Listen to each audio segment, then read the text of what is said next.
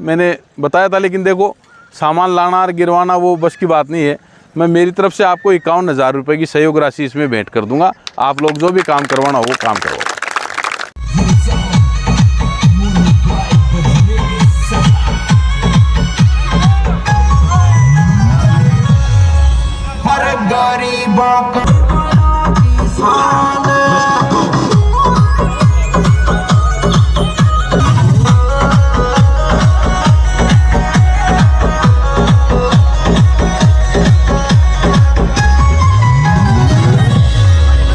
भक्ति भाव में भी आंसू सिंह जी कदे न पाछेरिया, प्रभु श्री राम का मान करा, भक्त श्री राम का तकड़ा, ये तो बड़ा किसान बखाए, ये तो गरीबों की जान।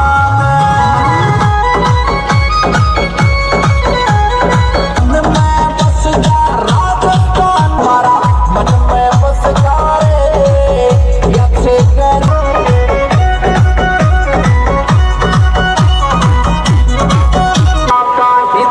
ये तो सदाई काम करावे के दुनिया न्यू बतलावे, कोई अशोक होवे सुरपुरा की दिल में बस जा राजस्थान की शान। आसुसी मन में बस गया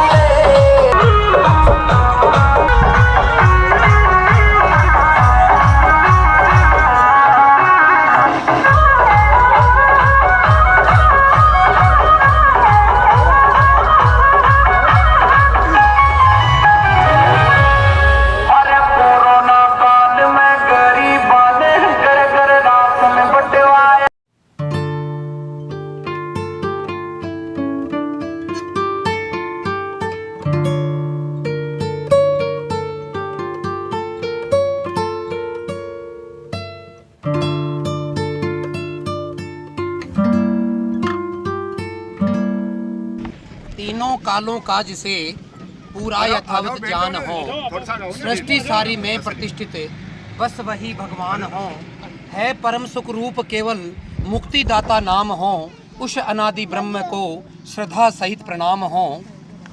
प्रथम नमस्ते परम पिता को जिसने जगत रचाया है, दूजी नमस्ते माता पिता को जिसने गोद खिलाया है, तीजी नमस्ते पूज्य गुरु को जिसने अक्षर ज्ञान कराया है, और अंतिम नमस्ते आप सभी को कि आपके शुभ दर्शन पाए हैं। परम सम्मानीय, जिनको नाम और परिचय के जो मोहताज नहीं हैं, इस राजस्थान के सोनू सूद के नाम से जो जाने जाते हैं और गरीबों के मसीहा, मैंने आज पहली बार ऐसा एक दृश्य देखा है इस संध्या काल पे। सदैव सदैव सदैव गरीबों के साथ में सदैव कंधे से कंधे मिला करके खड़े रहते हैं। वह कुर्सियां लगने के बावजूद जो कुर्सियों के लिए लड़ते हैं, उनके बावजूद भी आकर के इस ज़मीन पे, इस धरा के ऊपर आकर के, इस माटी में आकर के बैठते हैं।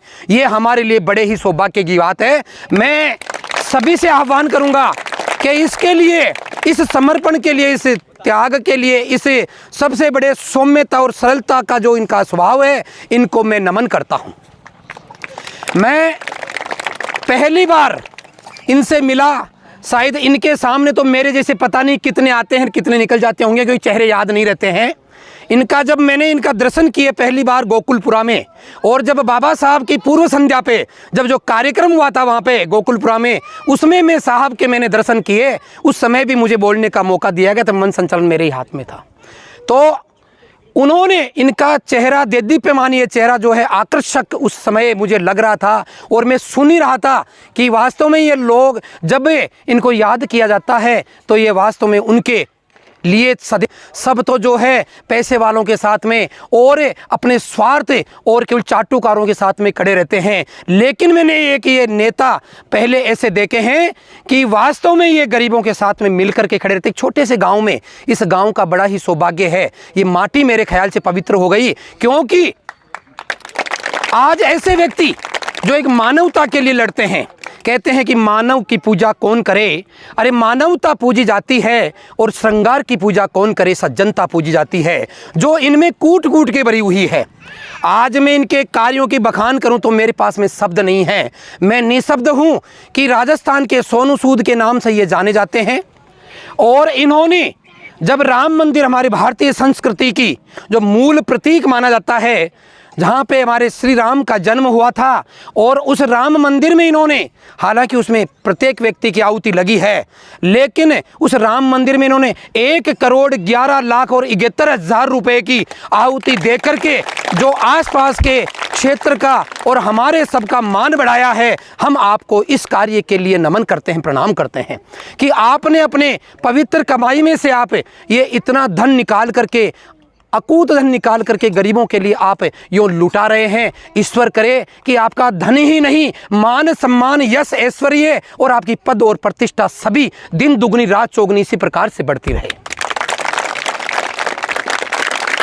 इन्हीं शब्दों के साथ में मैं सभी लोगों के आह्वान के साथ, सभी की इच्छा के अनुसार, मैं हमारे इस राजस्थान के सोनू सूद जो गरीबों के मसीहा, हाँ, तो मैं सबसे पहले हमारे कर्मठ प्रबुद्ध जो व्यक्तित्व हैं उनसे मैं बुलाऊंगा। शिवदयाल जी करोड़ीवाल, मैं नाम नहीं जानता, जो भी प्रबुद्ध व्यक्ति हैं, बड़े हैं, साफा पहना करके उनका स्वागत करें और पधार करके आप जो है माल्यार्पण करके और साफा पहना करके स्वागत करें। हैं प्रहलाद जी सर, खिजूरिया भाषणी से पधारे हुए प्रहलाद जी सर, सभी पधारें आप। मैं नाम नहीं जानता, क्षमा प्रार्थी हूँ।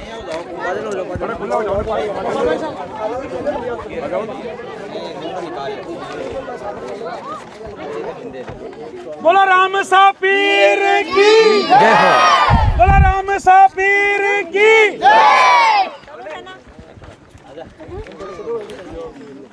जोरदार एक बार तालियों से इनका स्वागत किया जाए।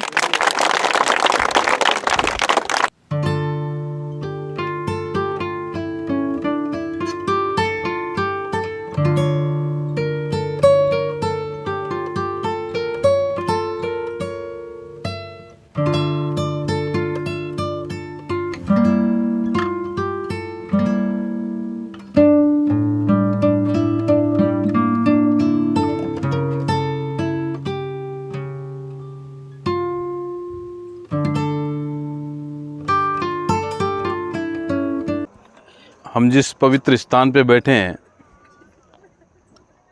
उस स्थान पे रामसा पीर का मंदिर निर्माण होने जा रहा है। तो सबसे पहले तो हम एक रामसा पीर का जयकारा लगाएंगे। बोलो रामसा पीर की। देखिए, मेरा ये मानना है, जैसा अभी आप मंवर जी बता रहे थे, कि हम सब ने किसी ना किसी उद्देश्य से इस धरती पे जन्म लिया है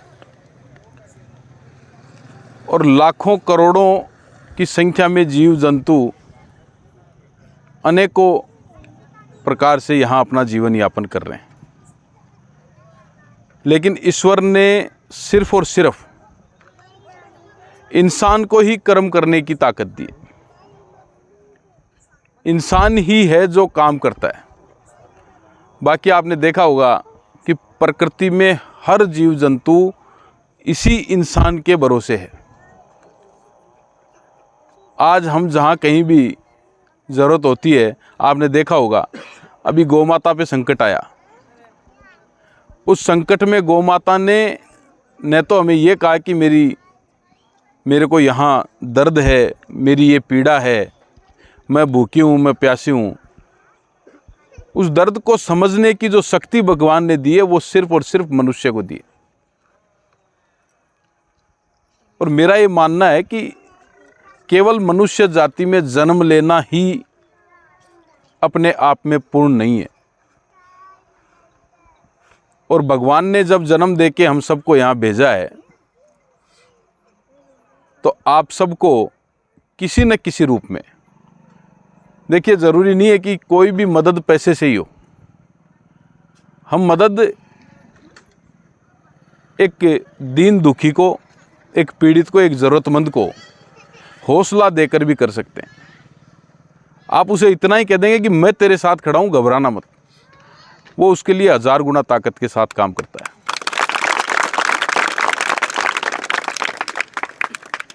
और जिस प्रकार से मेरा ये मानना है कि हमारा जीवन, प्रत्येक व्यक्ति का जीवन तब सार्थक होगा जब हम अपने लिए न जीकर और दूसरों के लिए जिएंगे, पशु पक्षियों के लिए जिएंगे, मानवता के लिए जिएंगे। मैं मानता हूं कि जो भी व्यवस्थाएं हुई हैं यहाँ बाद में बनी हैं। हम सब लोग हार्ड मांस से बने हुए एक पुतले हैं जिनमें भगवान ने जान डाली है। सबको दर्द होता है, सबको दुख होता है, सबको खुशी होती है, सबको तकलीफ होती है। तो मैं तो एक ही बात कहूँगा कि हम सबको दूसरों की पीड़ा को समझने की ताकत और समझने की शक्ति अपने आप में एक तरीके से जागृत करनी होगी। और जब ये जागृति हम लोगों में आएगी तो आप निश्चित रूप से मान के चलना कि आप लोगों का जीवन उस दिन सफल हो गया है।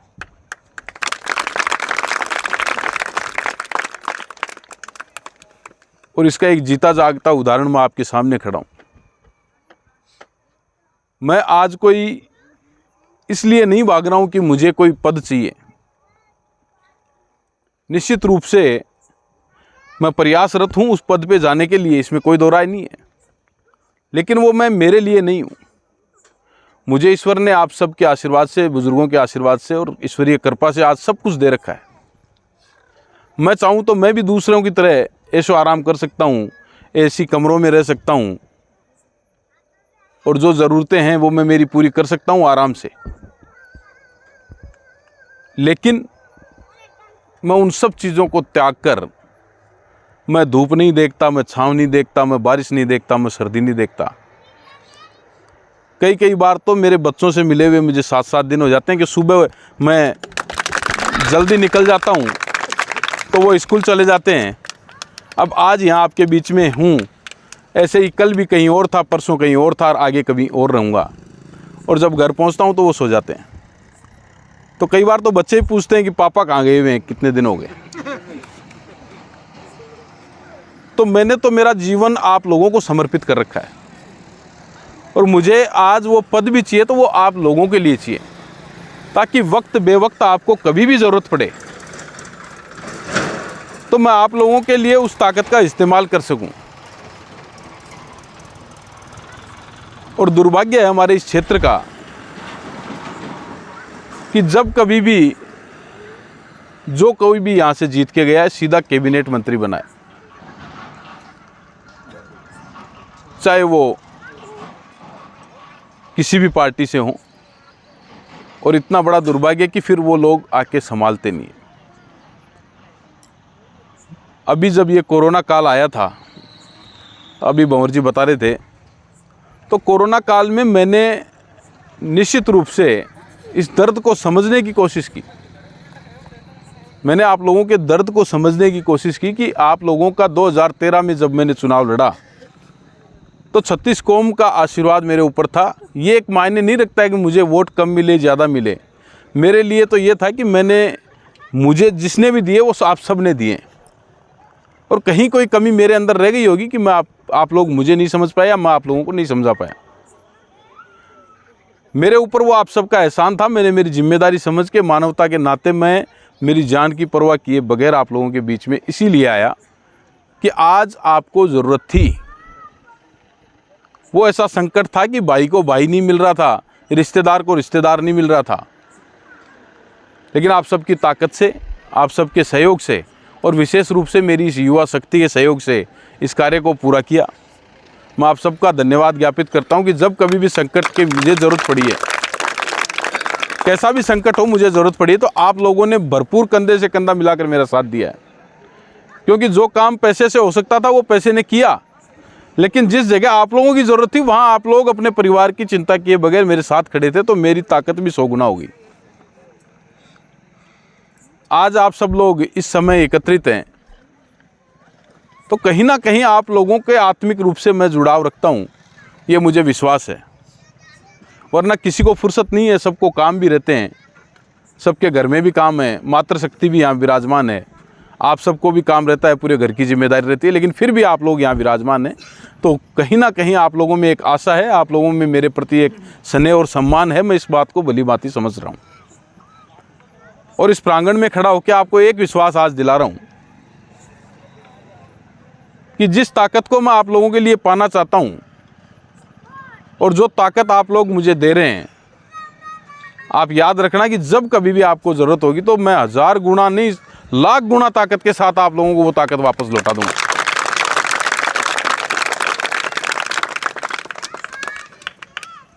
और एक बात हमेशा ध्यान रखना, मैं कोई नेता नहीं हूं, मैं आपका भाई हूं, मैं आपका बेटा हूं और मुझे ये मान सम्मान किसी पद से कम नहीं लगता है, क्योंकि कई लोग भरी पड़ी हैं, संसद भी भरी पड़ी है और विधानसभाएं भी भरी पड़ी हैं, कौन पूछता है उनको। नेता बनना कोई बड़ी बात नहीं है।